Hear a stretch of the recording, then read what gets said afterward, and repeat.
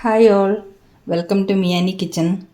ഇന്ന് നമുക്കിവിടെ ഇത് കണ്ടോ, മഖാന കൊണ്ട് നമുക്ക് അടിപൊളി ഒരു മസാലക്കറി തയ്യാറാക്കാം ചപ്പാത്തിയുടെ കൂടെ കഴിക്കാൻ വേണ്ടിയിട്ട്. ഒരു പാക്കറ്റ് മഖാന ഞാൻ കട്ട് ചെയ്ത് ഒരു ബൗളിലേക്ക് ഇട്ടിട്ടുണ്ട്. നമുക്കിത് ഫുള്ള് വേണ്ട കറി വെക്കാൻ, ഇതിൻ്റെ കുറച്ചൊരു ഹാഫ് പാർട്ടോളം മതിയാവും. അപ്പോൾ നമുക്കിതിൻ്റെ മസാലക്കറി എങ്ങനെ തയ്യാറാക്കുന്നതെന്ന് നോക്കിയിട്ട് വരാം.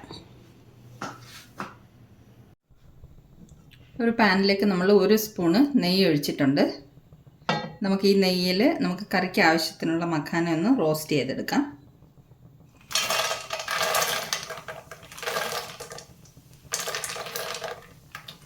അത്ര മതി. നമുക്ക് നല്ലതുപോലെ റോസ്റ്റ് ചെയ്തെടുക്കാം. കരിഞ്ഞു പോകരുത്.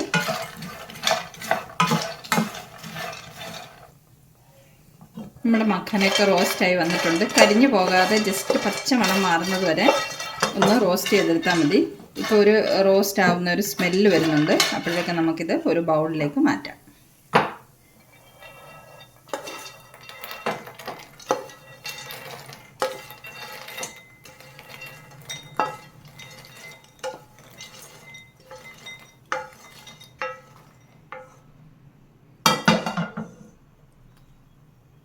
ഇത് നമുക്കൊരു സൈഡിൽ വെക്കാം.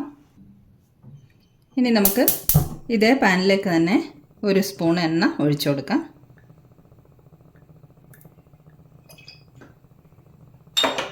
എണ്ണ ചൂടാവട്ടെ. ഇനി നമുക്ക് കറിക്ക് വേണ്ടിയിട്ടുള്ള മസാല തയ്യാറാക്കാനായിട്ട് ഇതിൽ 1 ഗ്രാമ്പു, 1 ഏലക്ക, ഒരു ചെറിയ കഷ്ണം കറുവപ്പട്ട, ചെറിയ കഷ്ണം മതി, കുറച്ച് പെരിഞ്ജീരകം, എല്ലാം വളരെ കുറച്ച് മതി. ഇത് നമുക്ക് എണ്ണയിലേക്ക് ഇട്ട് കൊടുക്കാം.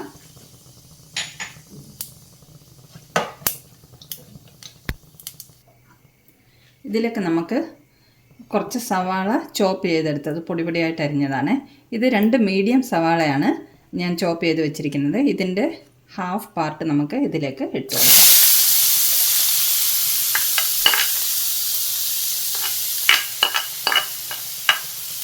നല്ലോണം നമുക്ക് വഴറ്റിയെടുക്കാം.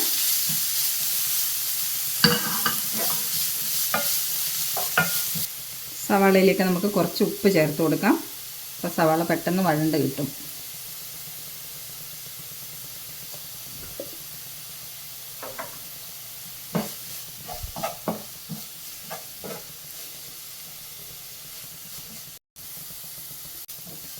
സവാള ഒന്ന് വാടി വന്നിട്ടുണ്ട്. അതിലേക്ക് നമുക്ക് ഒരു ചെറിയ തക്കാളി ചെറുതായിട്ട് അരിഞ്ഞത് ചേർത്ത് കൊടുക്കാം. ഇതും കൂടെ നമുക്കൊന്ന് വഴറ്റിയെടുക്കാം.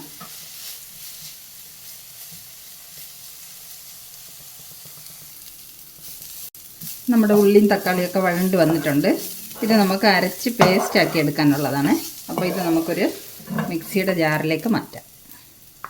ഇത് തണുത്തതിന് ശേഷം നമുക്ക് അരച്ച് കൊണ്ടുവരാം. ഇനി ഇതേ പാനിലേക്ക് നമുക്കൊരു 1/2 സ്പൂണ് വെളിച്ചെണ്ണയും കൂടെ ഒഴിച്ചു കൊടുക്കാം. കുറച്ചെണ്ണ മതി. അതിലേക്ക് നമുക്ക് ഒരു ചെറിയ കഷ്ണം ഇഞ്ചി, ഒരു 3 അല്ലി വെളുത്തുള്ളി ഞാൻ ചെറുതായിട്ട് അരിഞ്ഞു വെച്ചിട്ടുണ്ട്. അത് ഇതിലേക്ക് ചേർത്ത് കൊടുക്കാം. പിന്നെ നമ്മൾ 2 മീഡിയം സവാളയുടെ ഹാഫ് പാർട്ടല്ലേ നമ്മൾ മസാലയ്ക്ക് അരയ്ക്കാൻ വേണ്ടി വഴറ്റിയെടുത്തത്. അതിൻ്റെ ബാക്കി സവാളയും കൂടെ ഇതിലേക്ക് ചേർത്ത് കൊടുക്കാം.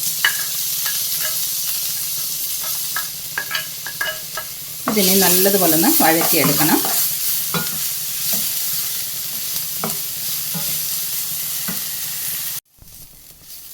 നമ്മുടെ ഉള്ളിയൊക്കെ വഴണ്ട് വന്നിട്ടുണ്ട്. അതിലേക്ക് നമുക്ക് കുറച്ച് പൊടികൾ ചേർത്ത് കൊടുക്കണം.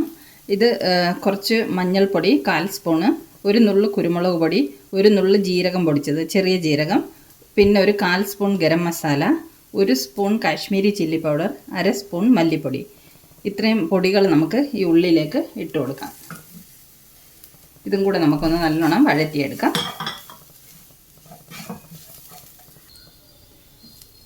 നമ്മുടെ ഉള്ളിയും പൊടികളും ഒക്കെ മൂത്ത് വരുമ്പോഴത്തേക്ക് നമുക്കിത് മസാല അരച്ച് പേസ്റ്റാക്കി കൊണ്ടുവരാം. ഉള്ളിയും തക്കാളിയും വഴറ്റി വെച്ചതിലേക്ക് ഒരു 2 കശുവണ്ടിപ്പരിപ്പ് ഇട്ടിട്ട് നമുക്ക് അരച്ച് പേസ്റ്റാക്കി കൊണ്ടുവരാം. മസാല അരച്ച് കൊണ്ടുവന്നിട്ടുണ്ട്. ഇത് നമുക്ക് പാനിലേക്ക് ഇട്ട് കൊടുക്കാം.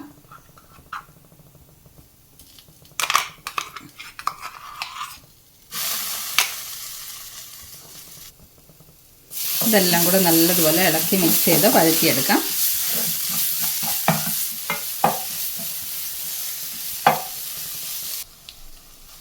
നമ്മുടെ മസാലയൊക്കെ എല്ലാം മിക്സായി നല്ലതുപോലെ വഴണ്ട് വന്നിട്ടുണ്ട്. ഇതുകൊണ്ട് എല്ലാം പാനിൽ നിന്ന് വിട്ട് വന്നിട്ടുണ്ട്. ഇനി നമുക്കിതിലേക്ക് കുറച്ച് ചൂടുവെള്ളം ഒഴിച്ച് ഈ മസാല ഒന്ന് വേവിച്ചെടുക്കാം.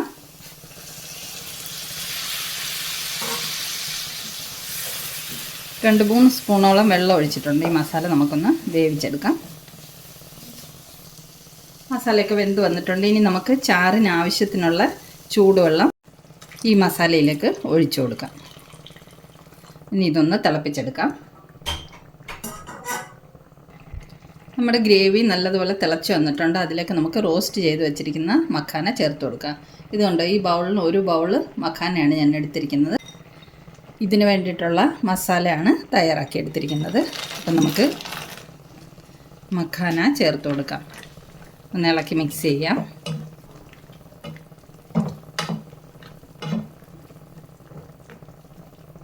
നമുക്കിനി ഇന്ന് 5 മിനിറ്റ് അടച്ചു വെച്ച് വേവിച്ചെടുക്കാം. നല്ലതുപോലെ ഒന്ന് ഇളക്കി മിക്സ് ചെയ്തതിന് ശേഷം നമുക്ക് അടച്ചു വെക്കാം.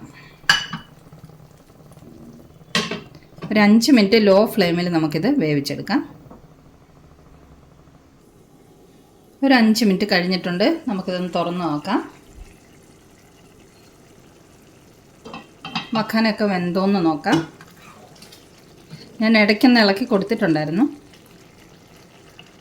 ഇതൊന്ന് പ്രസ് ചെയ്ത് നോക്കാം. മഖാനയൊക്കെ സോഫ്റ്റ് ആയിട്ടുണ്ട്. അപ്പം വെന്തിട്ടുണ്ട്. ഇനി നമുക്കൊരു 2 മിനിറ്റ് ഇതൊന്ന് തുറന്ന് വെച്ചൊന്ന് കുറുക്കിയെടുക്കാം.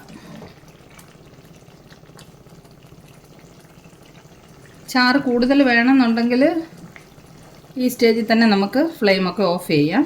കുറച്ചും കൂടെ കുറുക്കി എടുക്കണം എന്നുണ്ടെങ്കിൽ നമുക്ക് ഒരു 2 മിനിറ്റ് ഓപ്പൺ ആയിട്ട് വെച്ച് കുറുക്കിയെടുക്കാം. ഉപ്പ് കുറവാണ്. നമുക്ക് കുറച്ച് ഉപ്പും കൂടെ ചേർത്ത് കൊടുക്കാം.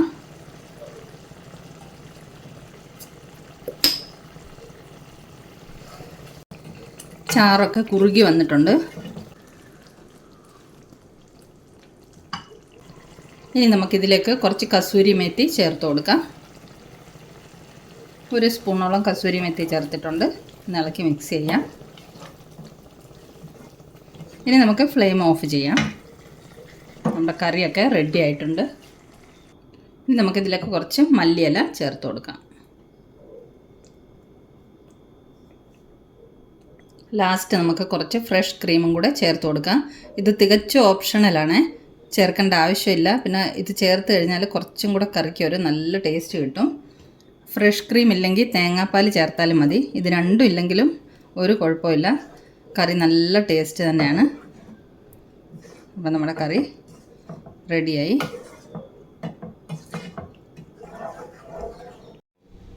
നമ്മുടെ കറിയൊക്കെ റെഡി ആയിട്ടുണ്ട്. സെർവ് ചെയ്ത് വെച്ചിട്ടുണ്ട്. ഇതാ നോക്കുക, നല്ല അടിപൊളി ഒരു മസാലക്കറിയാണ്.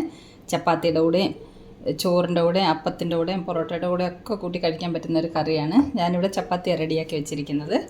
അപ്പം ഈ കറിയുടെ റെസിപ്പി ഇഷ്ടമായെങ്കിൽ തയ്യാറാക്കി നോക്കണേ. നല്ല ടേസ്റ്റാണ്. മറ്റൊരു സിമ്പിൾ റെസിപ്പിയുമായി നമുക്ക് മീ ആൻഡ് കിച്ചണിൽ വീണ്ടും കാണാം. Thanks for watching the video.